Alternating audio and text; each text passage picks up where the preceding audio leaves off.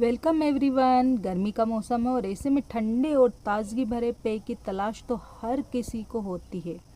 आम गर्मियों का राजा न सिर्फ स्वादिष्ट होता है बल्कि इसके सेवन से कई हेल्दी बेनिफिट भी मिलते हैं।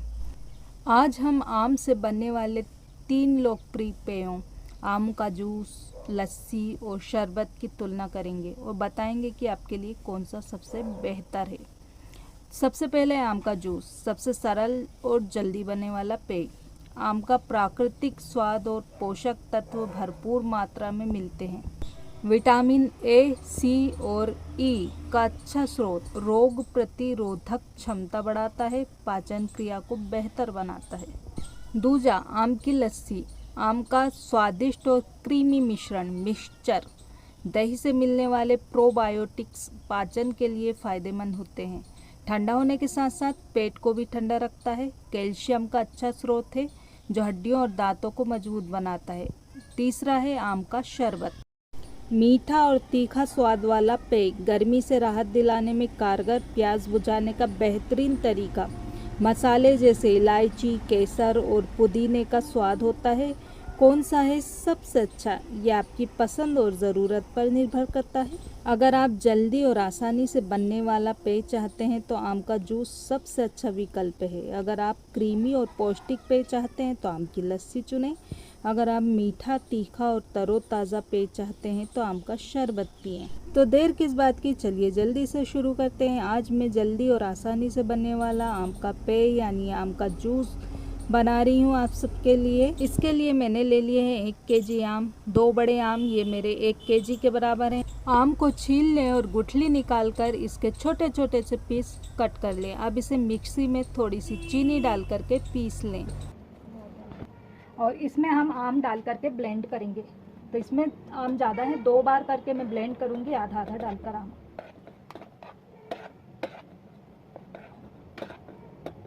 तो ये आधा आम मैंने जो है ब्लेंडर में ट्रांसफ़र कर दिया है।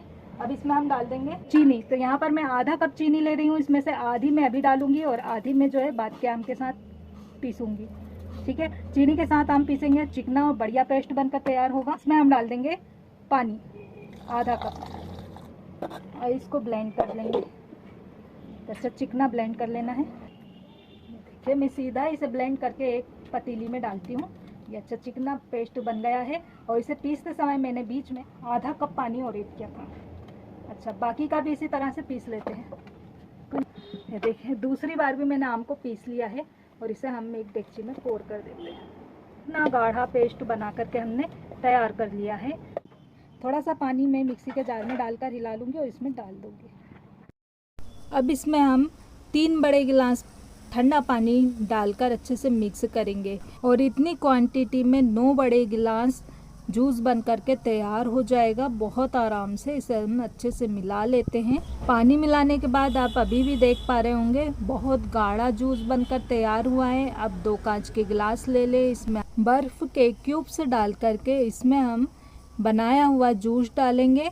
ये देखिए गिलासों में मैंने बनाया हुआ जूस पोर कर दिया। अब इसमें हम ऊपर से एक एक बर्फ़ क्यूब और डालेंगे और थोड़ा थोड़ा सा हम इसमें काली मिर्च का पाउडर भुरक देंगे। काली मिर्च पाउडर ऑप्शनल है, आप चाहें तो इसे स्किप भी कर सकते हैं, लेकिन अगर डालेंगे तो जूस का टेस्ट और भी बढ़िया आता है।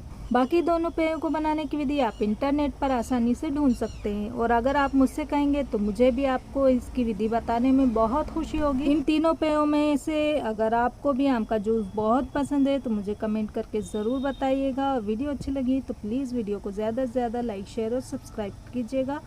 धन्यवाद।